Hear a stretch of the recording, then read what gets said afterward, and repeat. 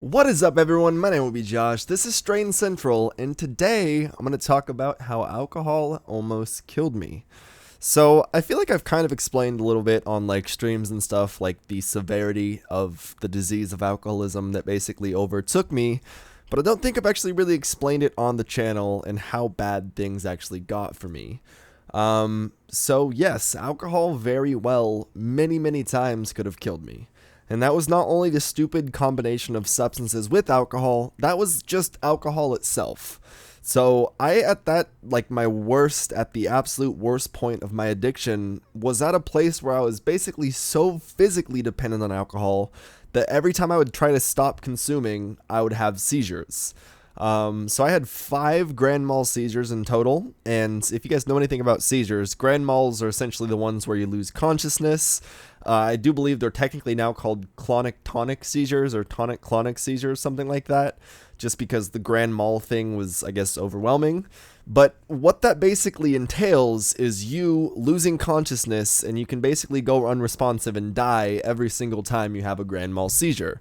So there was one point in my alcoholism that I was basically at my absolute worst for consumption. So I was consuming something like a half gallon of alcohol a day at my absolute worst. And it was mostly vodka, so hard alcohol that was like, 30% plus alcohol. And when I actually was detoxing one of my first times, I had my first seizure as I got to the hospital. So as they were like taking my blood pressure, I had my first seizure, and then 2 followed right after that. And I essentially could have at any point throughout that died. So I'm very lucky to even be here sitting here telling this story, but I'm mostly telling this just to kind of like clarify my addiction, I guess, and shed some light on how dangerous alcohol really can actually be once you're physically dependent on it. So don't just, if you're a daily drinker that's constantly consuming, don't just stop drinking out of nowhere, as you can literally die. Usually tapering or using benzos are kind of like the 2 methods that a lot of treatment centers and even some hospitals use. But at my absolute worst, I had those 3 seizures, and I spent, I think, like between 7 and 9 days in the ICU. And during that time, I was having very vivid hallucinations, which is a part of the DTs or deliriums tremens. And I actually have some footage of some of these hallucinations, and honestly of this entire ICU stay, which I remember parts of. I mostly remember the parts of the hallucinations, but some of these like clips looking through my phone, I don't even remember some of these. At like 3 a.m., the couple that was having a fight, the girl jumped because there's some stupid bell alarm under her bed, and I'm too weak to talk to someone who I fully understand the thoughts of. Like, mental health is not a joke.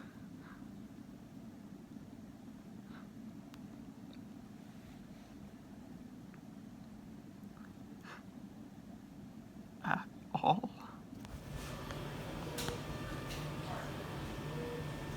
The dude dangling from the ceiling.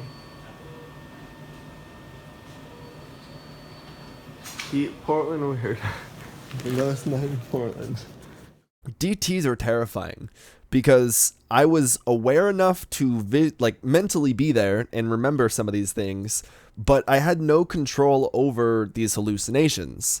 So some of the ones that I really remember was like, I know at one point I was freaking out over a dude and his girlfriend arguing, and the girlfriend, to get away from the dude, like crawled through a roof or something. And I think I actually do have some clips of all these that I'll be like splicing in here and there. But I was in the hospital, and I was in a bed that had like seizure guards. And what seizure guards are basically just giant body pillow type things that fit the entire sides of your bed. And because I had had the seizures, they had to have me in a bed with these. But these seizure guards are there to make sure you don't like flail and like hit yourself or hurt yourself on the actual bed or even fall out of the bed. And at one point I was laying in the bed, and I was turned on my side looking at one of the pillows. And the pillow itself started like having things inside it, basically. So my mind was hallucinating that the pillow was clear, And the pillow itself, the first one I remember is there was a bunch of snakes in the pillow. And that terrified me and scared the shit out of me. So I did this thing where I just closed my eyes and I opened my eyes. And as I opened my eyes, there was a dead body in the pillow. Close my eyes, open my eyes. There was spiders in the pillow. Close my eyes, open my eyes. There was fish in the pillow. So I was essentially, every time I closed my eyes, I was like imagining something new in the pillow. And I remember like mentally being there enough to be like, I don't want some of these things, but I want some of these things. So like the fish. Once I had closed my eyes and gotten to the fish, that's when I kind of like just tried to stay there and tried to not blink or close my eyes for as long as possible. But even when I would blink, it would change. Another really vivid hallucination that I remember was I was sitting there with my family. All of my family was at my bedside because they were very clearly scared shitless for me. And I was looking out the window and kind of like happily smiling. So I asked my family, "Do you guys see the giraffe over there or the airplane on the roof? They're having a party."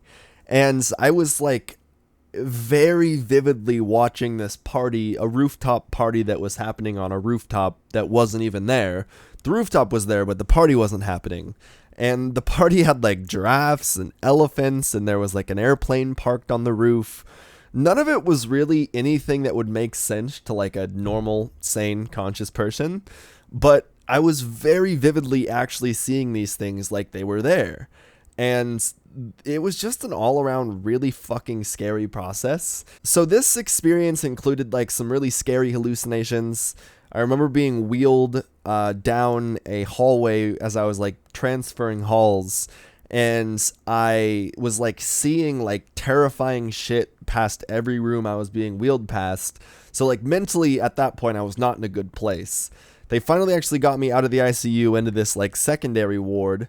And I was like visualizing someone peeking around the door with a gun, like holding it to my face.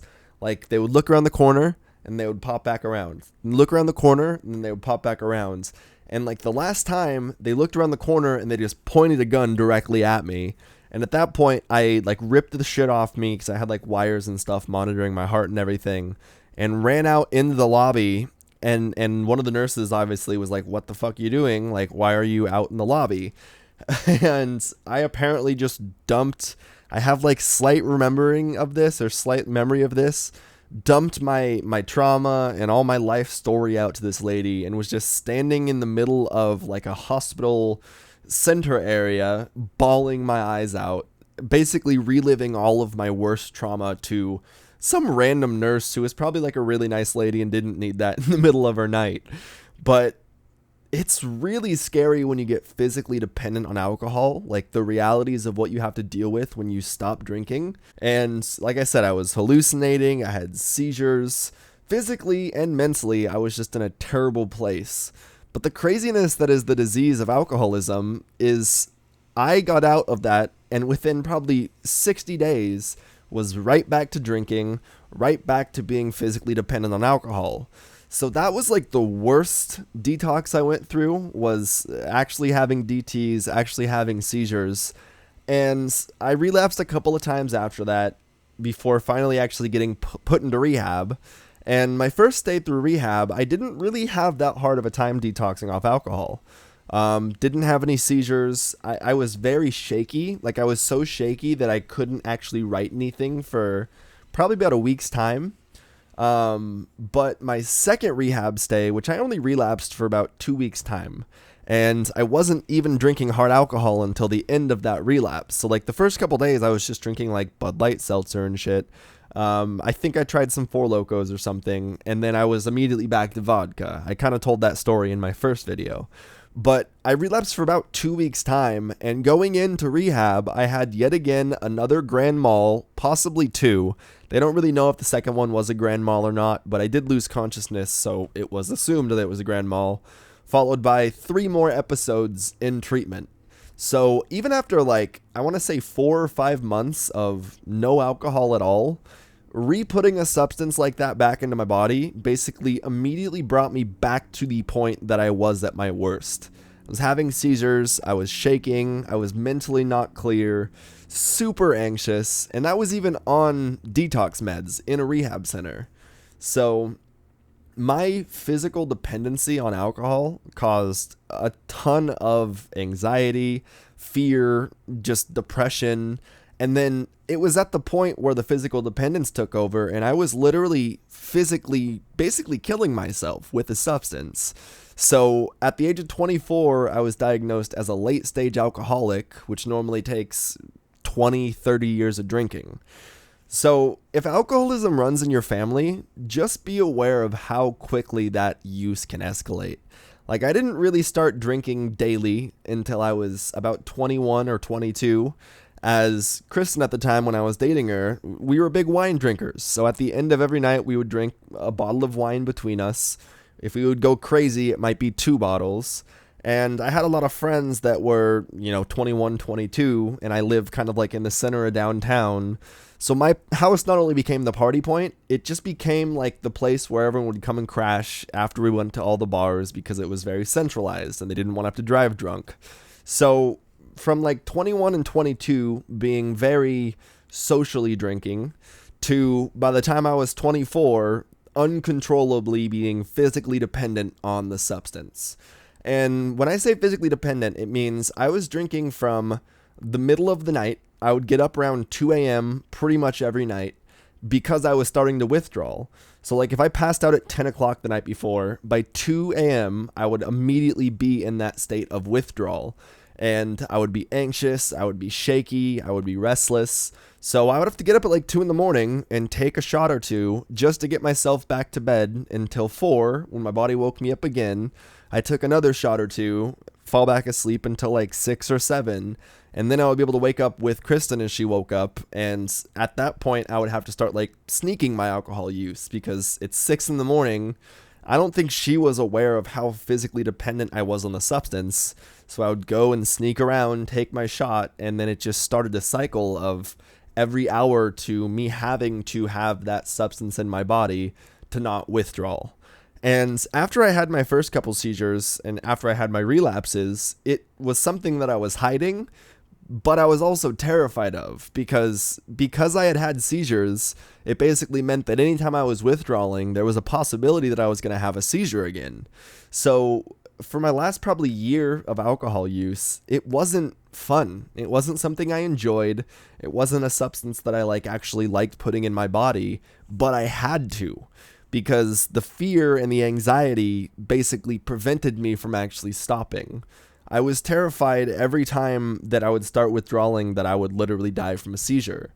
So it became this crazy game of physical dependence and making sure to maintenance drink. And as I was maintenance drinking, my depression worsens, my anxiety worsens, my mental state just deteriorated to all hell. And that's also when the unmedicated bipolar started showing and rearing its ugly head. So I had all of these, mental issues that were dependent on physical withdrawal from alcohol. And then I also had unmedicated bipolar that was hitting me in waves of mania and depression that I wasn't medicating and couldn't really medicate because I was drunk. So the last year, basically the entire year of me being 24, was fucking miserable. I wasn't able to work. Contracts were falling through left and right because I wasn't working. I was physically dependent on a substance that realistically I didn't want to consume, but I physically had to. And that's why the disease of alcoholism is so scary because it takes your brain over, it takes your body over. You are physically dependent on that substance. And then it also hijacks your prefrontal cortex and starts making decisions for you, basically. You don't have a rational thought when you are in the midst of alcoholism because your brain is taken over by a substance.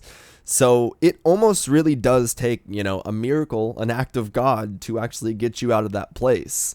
And I can 100% sit here and say if I was still consuming the amount that I was consuming, I probably would not be alive talking to this camera right now. So after today's 50 days of sobriety for me, which is a huge first step of, getting some days under my belt. And this time I'm really actually working the AA program like my life depends on it because it literally does. And what I'm noticing this time is a genuine change in character.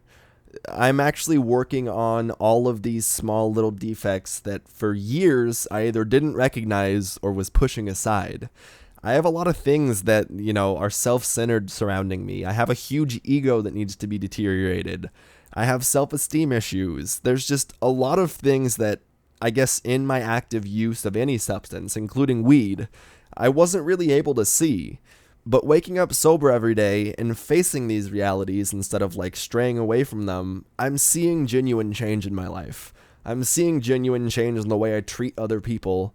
And it just it feels like an actual miracle every day to wake up. Like I appreciate waking up every day. When my depression was bad, when I was an alcoholic, it's like I woke up every morning fucking miserable. I hated my life. I did not want to live. Like, I had a lot of times where I was 100% suicidal because of my alcoholism and because of my mental health issues going hand in hand and clashing. And my brain would legitimately tell me that I shouldn't be on this planet. Being dead would be an easier state to exist in. And, I mean, you wouldn't be existing because you're dead. That was the dumbest thing. But I'm here to tell you that there's hope. If you're struggling with these things, if these things are a reality that you face, there's a brighter side of this and another side of this, which is recovery. And you can actually genuinely live a happy life. It just takes effort. One of the main things I've realized recently is like happiness requires a lot of personal effort. It's not going to come to you. It's not going to come to you when you gain things or gain people. It's found by you. You need to make your own peace. And that's something that for many years I struggled with because, on the outside I had such a happy life. I had all the things that everyone wanted. But since I wasn't dealing with myself physically, spiritually, or mentally, I just didn't enjoy what I had. I couldn't see the things around me that were awesome because my brain, my body, and my spirit were so deteriorated. So it doesn't really matter where I'm at in my career, what I have, or who I have in my life at this point, because I'm making peace with myself. And that's something that I've never really done before. So I realized earlier today that a lot of my happiness before was built in this community, the drug community, specifically the cannabis community. That's where I found a lot of my self-identity at that point. So when I lost my YouTube channel, my main channel, I lost my sense of self. And that spiraled out into my adult life, into all the people around me. It was affecting my relationships. It was affecting my family. It was affecting anyone that came in daily contact with me.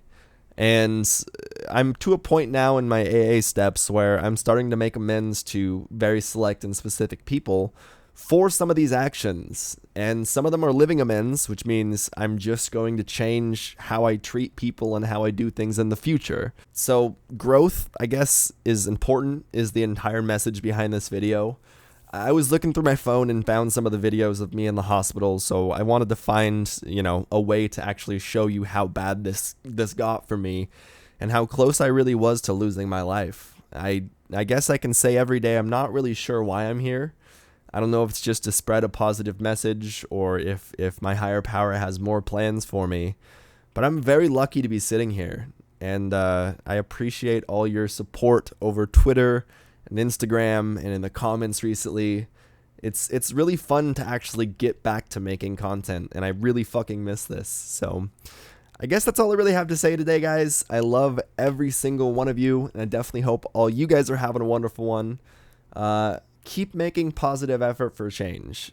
Even if you're not consuming substances, if you're deciding to still continue to consume substances, I hope you guys are working on yourself, and I hope you guys are keeping yourself mentally in a good place.